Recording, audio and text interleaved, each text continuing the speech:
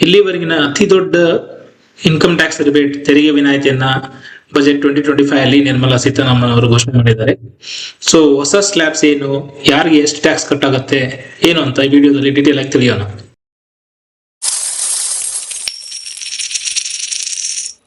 So last year ನಮಗೆ 0 to 3 lakhs, 7 lakhs, 9 lakhs ಮತ್ತೆ 12 lakhs ತನಕ ಲಿಮಿಟೇಷನ್ಸ್ ಇತ್ತು. ಈ ವರ್ಷ ಹೊಸ ಸ್ಲ್ಯಾಬ್ಸ್ ಗಳನ್ನ ಇಂಟ್ರೊಡ್ಯೂಸ್ ಮಾಡಿದ್ದಾರೆ. ಅದು ನಂಬರ್ 1 ಬಂದು 0 to 4 lakhs 0% tax, 4 to 8 lakhs 5% tax ಇದೆ, ಬಟ್ 8 to 12 lakhs 10% ಟ್ಯಾಕ್ಸ್ ಇದೆ. ಬಟ್ ಇನ್ನೊಂದು ಏನಂದ್ರೆ ನಮ್ದು ಇನ್ಕಮ್ ನೆಟ್ ಟ್ಯಾಕ್ಸೇಬಲ್ ಇನ್ಕಮ್ ಏನಿದೆ 12 ಲಕ್ಷಕ್ಕಿಂತ ಕೆಳಗಡೆ ಇದ್ರೆ ನಮಗೆ ಈ 5% ಮತ್ತೆ 10% ಇನ್ಕಮ್ ಟ್ಯಾಕ್ಸ್ ಅಪ್ಲಿಕೇಬಲ್ ಆಗೋದಿಲ್ಲ. ಅದಕ್ಕೆ ನಮ್ಗೊಂದು ರಿಬೇಟ್ ಅಂತ ಕೊಟ್ಬಿಟ್ಟು ಆಲ್ಮೋಸ್ಟ್ ನಿಮಗೆ 12,75,000 12,75,000 ನಿಮ್ಗೆ ಇನ್ಕಮ್ ಇದ್ರೆ, ಟೋಟಲ್ ಸ್ಯಾಲ್ರಿ ನೆಟ್ ಸ್ಯಾಲ್ರಿ ಬಂದು ಅಥವಾ ಬಿಸ್ನೆಸ್ ಇನ್ಕಮ್ ಇದ್ರೆ ಅದಕ್ಕೆ ನಿಮ್ಗೆ ಏನು ಟ್ಯಾಕ್ಸ್ ಕಟ್ ಆಗೋದಿಲ್ಲ. ಸೊ 12 lakhs ಗಿನ ಜಾಸ್ತಿ ಇದ್ರೆ ನಿಮಗೆ 15% ಟ್ಯಾಕ್ಸು. ಸೊ 16 to 20 ಇದ್ರೆ ನಿಮಗೆ 20% ಟ್ಯಾಕ್ಸ್ ಕಟ್ ಆಗುತ್ತೆ. 20 to 24 ನಿಮಗೆ 25, ಇದು ಸ್ಲ್ಯಾಬ್ ಇರಲಿಲ್ಲ ಇಲ್ಲಿ ತನಕ 25 lakhs, ಇದನ್ನ ಹೊಸದಾಗಿ ಇಂಟ್ರೊಡ್ಯೂಸ್ ಮಾಡಿದ್ದಾರೆ. ಅಬೌವ್ 24 lakhs 30% ಇದೆ. ಸೊ ಸಾಮಾನ್ಯವಾಗಿ ಎಲ್ಲರೂ ಅನ್ಕೊಂತೀರಾ ಸರ್ ಎಲ್ಲಾ ಇನ್ಕಮ್ ಟ್ಯಾಕ್ಸ್ ರಿಬೇಟ್ ಬಂದು ಅಪ್ ಟು 12 lakhs ಇರೋ ಸ್ಯಾಲರಿ ಅವರಿಗೆ ಅಪ್ಲಿಕೇಬಲ್ ಆಗುತ್ತೆ, 12 lakhs ಗಿನ ಜಾಸ್ತಿ ಇರೋರಿಗೆ ಏನು ಅಪ್ಲಿಕೇಬಲ್ ಆಗೋದಿಲ್ಲ ಅಂತ. ಖಂಡಿತ ಇಲ್ಲ. ಸೊ ಈ ಡಿಫ್ರೆಂಟ್ ಬ್ರಾಕೆಟ್ಸ್ ಇರೋದ್ರಿಂದ ಇನ್ಕಮ್ ಟ್ಯಾಕ್ಸ್ ರೇಟ್ ಎಲ್ಲಾ ಬ್ರಾಕೆಟ್ ಅಲ್ಲೂ ಕಡಿಮೆ ಆಗಿರೋದ್ರಿಂದ ಎಲ್ರಿಗೂ 50 ಲಕ್ಷ ತನಕ ಯಾರು ಅರ್ನ್ ಮಾಡ್ತಾರೋ ಅವ್ರಿಗೂ ಕೂಡ ನಮಗೆ ಬೆನಿಫಿಟ್ ಸಿಗುತ್ತೆ. ಅದು ಹೇಗೆ ಅಂತ ಲಾಸ್ಟ್ ಇಯರ್ಗೆ ಮತ್ತೆ ಈ ಇಯರ್ಗೆ ಕಂಪ್ಯಾರಿಸನ್ ನಿಮಗೆ ಒಂದು ಮ್ಯಾಟ್ರಿಕ್ಸ್ ಕೊಡ್ತಾ ಇದ್ದೀನಿ, ನೋಡಿ ಡೀಟೇಲ್ ಆಗಿ ಎಲ್ಲ ನೋಡಬಹುದು. ಅಪ್ ಟು 8 lakh rupees ನಮಗೆ last year previous new tax ಇದು ನಾವೇನ್ ಡಿಸ್ಕಸ್ ಮಾಡ್ತಾ ಇದೀವಿ ಎಲ್ಲವೂ ಕಂಪ್ಲೀಟ್ ನ್ಯೂ ಟ್ಯಾಕ್ಸ್ ರಿಜಿಮ್ ಬಗ್ಗೆ ಡಿಸ್ಕಸ್ ಮಾಡ್ತಾ ಇದೀವಿ. ಇದು ನೆಟ್ ಟ್ಯಾಕ್ಸಬಲ್ ಇನ್ಕಮ್ ಸ್ಯಾಲರಿ ಬಗ್ಗೆ. ಸೊ ಇದ್ರ ಜೊತೆಗೆ ನೀವು 75,000 ನಿಮಗೆ ಸ್ಟ್ಯಾಂಡರ್ಡ್ ಡಿಡಕ್ಷನ್ ಕೂಡ ಸಿಗುತ್ತೆ. ಅದನ್ನ ನಾನು ಕನ್ಸಿಡರ್ ಮಾಡಿಬಿಟ್ಟೆ ಇದನ್ನ ಹೇಳ್ತಾ ಇದ್ದೀನಿ. ಸೊ ನೆಟ್ ಟ್ಯಾಕ್ಸಬಲ್ ಇನ್ಕಮ್ ನಿಮಗೆ 75,000 ಮೈನಸ್ ಮಾಡಿದ್ಮೇಲೆ 8 lakh rupees ಇದೆ, ನಿಮಗೆ 31,000 ಟ್ಯಾಕ್ಸ್ ಕಟ್ ಆಗ್ತಿತ್ತು ಲಾಸ್ಟ್ ಇಯರ್. ಈ ವರ್ಷ ನಿಮಗೆ ಏನೂ ಕಟ್ ಆಗೋದಿಲ್ಲ. ಅಂದ್ರೆ ಇದು ಯಾವಾಗ ಅಪ್ಲಿಕೇಬಲ್ ಆಗುತ್ತೆ, 1st of April 2025 ಇಂದ ಅಪ್ಲಿಕೇಬಲ್ ಆಗುತ್ತೆ 31st March 2026 ತನಕ. 9 lakhs ಇದೆ ನಿಮಗೆ 41,000, 10 lakhs ಗೆ ನಿಮಗೆ 52,000 rupees ನಿಮಗೆ ರಿಬೇಟ್ ಸಿಗ್ತಾ ಇದೆ. 11 lakh ಸ್ಯಾಲರಿ ಇರೋರಿಗೆ 67,000 ರಿಬೇಟ್ ಸಿಗ್ತಾ ಇದೆ. 12 lakh ಸ್ಯಾಲರಿ ಇರೋರಿಗೆ 83,000. ಅದೇ ರೀತಿ ನಾವು ನೋಡ್ತಾ ಹೋಗ್ಬೋದು. ಈ rebate percentage every year change ಆಗ್ತಾ, ಎವ್ರಿ ಸ್ಲ್ಯಾಬ್ ವೈಸ್ ಚೇಂಜ್ ಆಗುತ್ತೆ. ಬಟ್ 13 ಲಕ್ಷಕ್ಕೆ ಹೋದ ತಕ್ಷಣ ಈ ರಿಬೇಟ್ ಕಡಿಮೆ ಆಗುತ್ತೆ, ಯಾಕಂದ್ರೆ ಅಲ್ಲಿ ಟ್ಯಾಕ್ಸ್ ಅಪ್ಲಿಕೇಬಲ್ ಆಗುತ್ತೆ. ಯಾವ್ದ್ರ ಬೇಸಿಸ್ ಮೇಲೆ, ಇಲ್ಲಿ ನಮಗೆ 5%, 10% ಮತ್ತೆ 15% ಟ್ಯಾಕ್ಸ್ ಗಳನ್ನ ಗೌರ್ಮೆಂಟ್ ಡಿಡಕ್ಟ್ ಮಾಡೋದ್ರಿಂದ ನಮಗೆ ನಾವು ಟ್ಯಾಕ್ಸ್ ಕಟ್ಟಬೇಕಾಗುತ್ತೆ. 13 ಲಕ್ಷ ಅದಕ್ಕಿಂತ ಜಾಸ್ತಿ ಇರೋರಿಗೆ ಅವ್ರಿಗೆ 26,000 ಬೆನಿಫಿಟ್ ಇದೆ. 14 ಲಕ್ಷ ಇರೋರಿಗೆ 31,000 ಬೆನಿಫಿಟ್ ಆಗುತ್ತೆ. 15 ಲಕ್ಷ ಇರೋರಿಗೆ 36,000 ಬೆನಿಫಿಟ್ ಇದೆ. ಅದೇ ರೀತಿ 16 lakh ಇರೋರಿಗೆ 52,000, 17 lakh ಇರೋರಿಗೆ 62,000 ಮತ್ತೆ 18 lakh ಇರೋರಿಗೆ 83,000.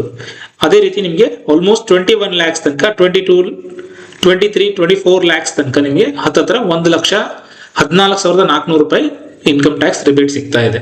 So last year new tax regime compare ಮಾಡಿದ್ರೆ ಈ ಹೊಸ ಫೈನಾನ್ಷಿಯಲ್ ಇಯರ್ ಏನ್ ಬರುತ್ತೆ ಅದಕ್ಕೆ ನಿಮಗೆ 1,14,400 ರೂಪಾಯಿ ಟ್ಯಾಕ್ಸ್ ರಿಬೇಟ್ ಸಿಗ್ತಾ ಇದೆ. ಈ ರಿಬೇಟು ಅಪ್ ಟು 50 lakh rupees ಯಾರು ಅರ್ನ್ ಮಾಡ್ತಾರೆ ಅಲ್ಲಿ ತನಕನೂ ಈ ರಿಬೇಟ್ ಅಪ್ಲಿಕೇಬಲ್ ಆಗುತ್ತೆ. 50 lakh ಮೇಲೆ ಎಕ್ಸ್ಟ್ರಾ ಸೆಸ್ ಇರೋದ್ರಿಂದ ನಿಮಗೆ ಅಲ್ಲಿ ಅಷ್ಟೊಂದು ಬೆನಿಫಿಟ್ ಸಿಗೋದಿಲ್ಲ. ಬಟ್ ಅಪ್ ಟು 50 lakhs ಯಾರ್ಯಾರು ಅರ್ನ್ ಮಾಡ್ತಾರೆ, 24 lakhs ಇಂದ 50 lakhs ಅವ್ರಿಗೆ ಯಾರು ಅರ್ನ್ ಮಾಡ್ತಾರೆ ಅವ್ರಿಗೆಲ್ರಿಗೂ ನಮಗೆ ಇಲ್ಲಿ ನೋಡಬಹುದು ನೀವು ಟೇಬಲ್ ಅಲ್ಲಿ 1,14,400 ರೂಪಾಯಿ ಇನ್ಕಮ್ ಟ್ಯಾಕ್ಸ್ ಕಟ್ ಆಗುತ್ತೆ. ಸರ್ ನೀವು ಇದೆಲ್ಲ ರೌಂಡ್ ಫಿಗರ್ ತಗೊಂಡಿದ್ದೀರಾ, ನಮಗೆ ನಮ್ಮ ಸ್ಯಾಲರಿ ಎಕ್ಸ್ಟ್ರಾ 50,000 75,000 ಇದ್ರೆ ನಾವು ಇನ್ಕಮ್ ಟ್ಯಾಕ್ಸ್ ಹೇಗೆ ಕ್ಯಾಲ್ಕುಲೇಟ್ ಮಾಡಬೇಕು, ನಿಮ್ಗೆ ಲಿಸ್ಟ್ ಅಂತ ಕೊಟ್ಟಿದ್ದಿದೆ. ಒಂದು ಎಕ್ಸೆಲ್ ಶೀಟ್ ನೀವು ತಗೊಂಡು ನೀವು ಈಸಿಯಾಗಿ ಕ್ಯಾಲ್ಕುಲೇಟ್ ಮಾಡ್ಕೋಬಹುದು. ಅದು ಹೇಗೆ ಅಂತ ತೋರಿಸ್ತೀನಿ. ನಾನು ಹೊಸ ಎಕ್ಸೆಲ್ ಶೀಟ್ ಓಪನ್ ಮಾಡ್ತಾ ಇದ್ದೀನಿ. ಇಲ್ಲಿ ನಿಮ್ದು ಉದಾಹರಣೆಗೆ 15,50,000 ಇತ್ತು ಅನ್ಕೊಳ್ಳೋಣ ನಿಮ್ದು ಸಂಬಳ. ಓಕೆ, ಇದು ನೆಟ್ ಟ್ಯಾಕ್ಸಬಲ್ ಇನ್ಕಮ್ ಆಗಿರೋದ್ರಿಂದ ಸ್ವಲ್ಪ ದೊಡ್ಡದು ಮಾಡಿ ನೋಡೋಣ.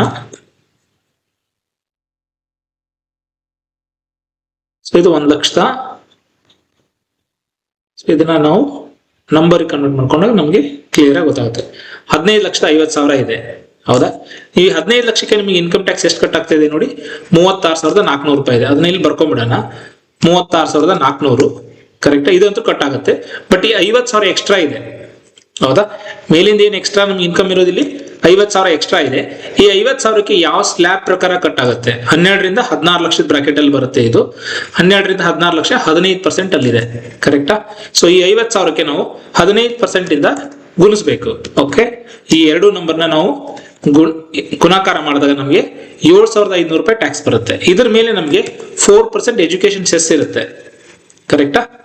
ಸೊ ಇದನ್ನೆರಡನ್ನು ಗುಣಾಕಾರ ಮಾಡಿದ್ರೆ ನಮಗೆ 300 ರೂಪಾಯಿ ಎಜುಕೇಶನ್ ಸೆಸ್ ಬರುತ್ತೆ. ಇವೆರಡನ್ನು ಸೇರ್ಸೋಣ. ಈಗ 7,500 ಪ್ಲಸ್ 300 7,800 ರೂಪಾಯಿ ಅಡಿಷನಲ್ ಟ್ಯಾಕ್ಸ್ ಆಯ್ತು, ಹೌದಾ? ಇವಾಗ ನಮಗೆ ನೆಕ್ಸ್ಟ್ ಟ್ಯಾಕ್ಸ್ ಕಟ್ ಆಗೋದು 7,800 ಪ್ಲಸ್ 36,400 ರೂಪಾಯಿ. ಈ ಸಿಂಪಲ್ ಮೆಥಡ್ ಫಾಲೋ ಮಾಡೋದ್ರಿಂದ ನೀವು ಅಡಿಷನಲ್ ನಿಮಗೆ ಯಾವ ಟ್ಯಾಕ್ಸ್ ಸ್ಲ್ಯಾಬ್ ಅಲ್ಲಿ ಎಷ್ಟು ಅಮೌಂಟ್ ಕಟ್ ಆಗುತ್ತೆ ಅಂತ ಕ್ಯಾಲ್ಕುಲೇಟ್ ಮಾಡ್ಕೋಬಹುದು, ಕರೆಕ್ಟಾ? ಇನ್ನೊಂದು ಉದಾಹರಣೆ ನೋಡೋಣ. ಸೊ ನೀವೇ ಈಸಿಯಾಗಿ ಕ್ಯಾಲ್ಕುಲೇಟ್ ಮಾಡ್ಕೋಬಹುದು. ಫಾರ್ ಎಕ್ಸಾಂಪಲ್,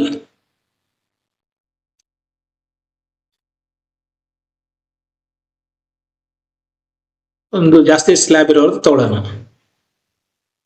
33 ಲ್ಯಾಕ್ ರುಪೀಸ್ ಯಾರು ಅರ್ನ್ ಮಾಡ್ತಿದ್ದಾರೆ ಅನ್ಕೊಳ್ಳೋಣ, ಹೌದಾ? ಈ 33 ಲ್ಯಾಕ್ಗೆ 30 ಲ್ಯಾಕ್ಸಿಗೆ ಎಷ್ಟಿದೆ ಇನ್ಕಮು ಅದನ್ನು ನೋಡೋಣ ಫಸ್ಟ್, ಹೌದಾ?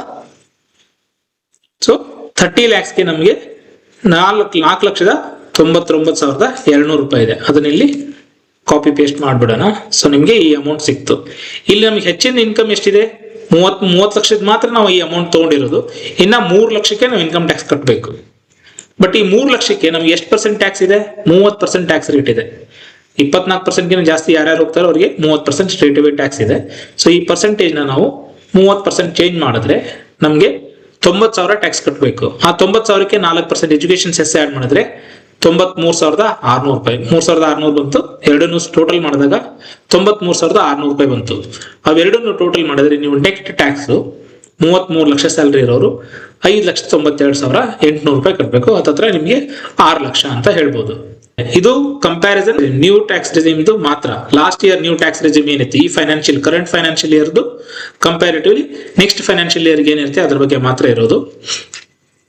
ಇನ್ನ ನಿಮಗೆ ಓಲ್ಡ್ ಟ್ಯಾಕ್ಸ್ ರೆಜಿಮ್ ಇಂದ ಏನಾದ್ರು ಬೆನಿಫಿಟ್ಸ್ ಇದೆಯಾ ಅಂತ ಕೇಳಿದ್ರೆ, ಇವಾಗ ಗೌರ್ಮೆಂಟ್ 12 ಲಕ್ಷ ತನಕ ನಮಗೆ ರಿಬೇಟ್ಸ್ ಕೊಡ್ತಾ ಇರೋದ್ರಿಂದ ಓಲ್ಡ್ ಟ್ಯಾಕ್ಸ್ ರೆಜಿಮ್ ನಮಗೆ ಅಷ್ಟೊಂದು ಬೆನಿಫಿಟ್ ಆಗೋದಿಲ್ಲ. ಯಾರಿಗದು ಬೆನಿಫಿಟ್ ಆಗುತ್ತೆ ಅಂದ್ರೆ ಹತ್ತತ್ರ 2 ಲಕ್ಷಕ್ಕಿಂತ ಜಾಸ್ತಿ ಯಾರು ಇನ್ವೆಸ್ಟ್ಮೆಂಟ್ ಮಾಡ್ತಿದ್ರೆ, PF ಆಗ್ಬೋದು, ATC ನಲ್ಲಿ ಇನ್ಶೂರೆನ್ಸಸ್ ಆಗಿರ್ಬೋದು, NPS ಆಗಿರ್ಬೋದು, ಹತ್ತತ್ರ 2 ಲಕ್ಷ ತನಕ ಇನ್ವೆಸ್ಟ್ಮೆಂಟ್ಸ್ ಯಾರ್ದಿದೆ, ಜೊತೆಗೆ 2 ಲಕ್ಷ ತನಕ ಅವ್ರದ್ದು ಹೋಮ್ ಲೋನ್ ಮತ್ತೆ ರನ್ನಿಂಗ್ ಇದ್ರೆ 2 ಲಕ್ಷ 2.5 ಲಕ್ಷ ತನಕ ಅವ್ರಿಗೆ interest, home loan interest rebate ಸಿಗುತ್ತೆ. ಅವ್ರಿಗೆ ಮಾತ್ರ ಸ್ವಲ್ಪ ಮಟ್ಟಿಗೆ ಡಿಫರೆನ್ಸ್ ಆಗ್ಬೋದು. ಅದು ಆಲ್ಮೋಸ್ಟ್ ಲೈಕ್ 10-15 ಲಕ್ಷ ಒಳಗೆ ಯಾರು ಸ್ಯಾಲ್ರಿ ಇದೆ ಅವ್ರಿಗೆ ಮಾತ್ರ. ಅದಕ್ಕಿಂತ ಜಾಸ್ತಿ ಸ್ಯಾಲ್ರಿ ಇರೋರಿಗೆ ನಮಗೆ 4-5 ಲಕ್ಷ ಡಿಡಕ್ಷನ್ಸ್ ತೋರ್ಸಕ್ ಆಗೋದಿಲ್ಲ. ಸೊ ಆವಾಗ ನಮಗೆ ನ್ಯೂ ಟ್ಯಾಕ್ಸ್ ರೆಜಿಮೇ ಹೆಚ್ಚಾಗಿ ಬೆನಿಫಿಟ್ ಆಗುತ್ತೆ, ಅದರಲ್ಲಿ ನಮಗೆ ಕಡಿಮೆ ಟ್ಯಾಕ್ಸ್ ಕಟ್ ಆಗುತ್ತೆ. ಸೊ ಗೌರ್ಮೆಂಟ್ ಉದ್ದೇಶನೇ ಅದು ಜಾಸ್ತಿ ಜನ ಓಲ್ಡ್ ಟ್ಯಾಕ್ಸ್ ರೆಜಿಮ್ ಇಂದ ನ್ಯೂ ಟ್ಯಾಕ್ಸ್ ರೆಜಿಮ್ಗೆ ಬರಲಿ ಅಂತ. ಸೊ ಒಂದು ಡೇಟಾ ಪ್ರಕಾರ ಆಲ್ಮೋಸ್ಟ್ 75% ಇನ್ಕಮ್ ಟ್ಯಾಕ್ಸ್ ಯಾರ್ಯಾರು ಪೇ ಮಾಡ್ತಾರೆ ಅವ್ರಿಗೆ ಈ ಹೊಸ ಟ್ಯಾಕ್ಸ್ ರೆಜಿಮ್ಗೆ ಬಂದಿದ್ದಾರೆ ಆಗ್ಲೇ. ಈ ಬೆನಿಫಿಟ್ಸ್ ನ ಅನೌನ್ಸ್ ಮಾಡೋದ್ರಿಂದ ಬಿಗ್ಗೆಸ್ಟ್ ಬೆನಿಫಿಟ್, ಸೊ 2019ರಲ್ಲಿ 5 ಲಕ್ಷ ತನಕ ಇನ್ಕ್ರೀಸ್ ಮಾಡಿದ್ರು. 2023ರಲ್ಲಿ ನಮಗೆ 7 ಲಕ್ಷ ತನಕ ಕೊಟ್ಟಿದ್ರು. ಇವಾಗ 2025-26ರಲ್ಲಿ ನಮಗೆ 12 ಲಕ್ಷ ತನಕ ರಿಬೇಟ್ ಇದೆ, ಕರೆಕ್ಟ್? ಸೊ ಈ ಪ್ರೊಸೆಸ್ ಇಂದ ಗೌರ್ಮೆಂಟ್ಗೆ ಹತ್ತತ್ರ 1 ಲಕ್ಷ ಕೋಟಿ ರೂಪಾಯಿ ವರಮಾನ ಲಾಸ್ ಆಗುತ್ತೆ. ಬಟ್ ಅದು ಅದೇ ಸೇಮ್ ಅಮೌಂಟ್ ಏನಂದ್ರೆ ಬೇರೆ ಮಾಧ್ಯಮದ ಮುಖಾಂತರ ನಾವು ನಮ್ದು ಇನ್ಕಮ್ ಎಲ್ಲ ನಮ್ಗೆ ಇನ್ಕಮ್ ಟ್ಯಾಕ್ಸ್ ಕಡಿಮೆ ಆದ್ರೆ ನೆಟ್ ಟೇಕ್ ಹೋಮ್ ಸ್ಯಾಲರಿ ಜಾಸ್ತಿ ಆಗುತ್ತೆ. ಆವಾಗ ನಾವು ಅದನ್ನ ಸ್ಪೆಂಡಿಂಗ್ ಗೆ ಯೂಸ್ ಮಾಡ್ತೀವಿ. ಆ ಸ್ಪೆಂಡಿಂಗ್ ಮುಖಾಂತರ ಗೌರ್ಮೆಂಟ್ಗೆ ಬ್ಯಾಕ್ ಎಂಡ್ ಅಲ್ಲಿ ನಮಗೆ ದುಡ್ಡು ಬರುತ್ತೆ ಅನ್ನೋಕ್ಕೋಸ್ಕರ, ಕನ್ಸಂಪ್ಷನ್ ನ ಇಂಪ್ರೂವ್ ಮಾಡೋದಕ್ಕೋಸ್ಕರ ಗೌರ್ಮೆಂಟ್ ಈ ಒಳ್ಳೆ ಸ್ಟೆಪ್ ತಗೊಂಡಿದ್ದಾರೆ. ಸೊ ಈ ಬಜೆಟ್ 2025-26 ಬಗ್ಗೆ ನಿಮಗೆ ಏನ್ ಅನಿಸ್ತು? ಈ ನಮ್ಮ ಕ್ಯಾಲ್ಕುಲೇಟರ್ನ ನೀವು ಯೂಸ್ ಮಾಡ್ಕೋಬಹುದು. ಈ ಎಕ್ಸೆಲ್ ಶೀಟ್ ನಾನು ನಮ್ಮ ಯೂಟ್ಯೂಬ್ ಚಾನೆಲ್ ಅಲ್ಲಿ ಹಾಕಿರ್ತೀವಿ. ನಿಮ್ಗೆ ಈ ಎಕ್ಸೆಲ್ ಶೀಟ್ ಹೇಗೆ ಅನಿಸ್ತು? ಈ ಬಜೆಟ್ ಹೇಗೆ ಅನಿಸ್ತು? ಬಜೆಟ್ ಅಲ್ಲಿ ನಿಮಗೆ ಯಾವ ಪಾಯಿಂಟ್ ಇಷ್ಟ ಆಯ್ತು, ಯಾವ್ದು ಇಷ್ಟ ಆಗಲಿಲ್ಲ, ಕಮೆಂಟ್ ಮುಖಾಂತರ ತಿಳಿಸಿ. ಇನ್ನೂ ಹೆಚ್ಚಿನ personal finance, stock market videos ಬಗ್ಗೆ ತಿಳಿಬೇಕು ಅಂದ್ರೆ ನಮ್ಮ ಚಾನೆಲ್ನ ಸಬ್ಸ್ಕ್ರೈಬ್ ಮಾಡಿ, ನಿಮ್ಮ ಫ್ರೆಂಡ್ಸ್ ಅಂಡ್ ಫ್ಯಾಮಿಲಿ ಈ ವಿಡಿಯೋನ ಶೇರ್ ಮಾಡಿ. ಧನ್ಯವಾದಗಳು. Thank you.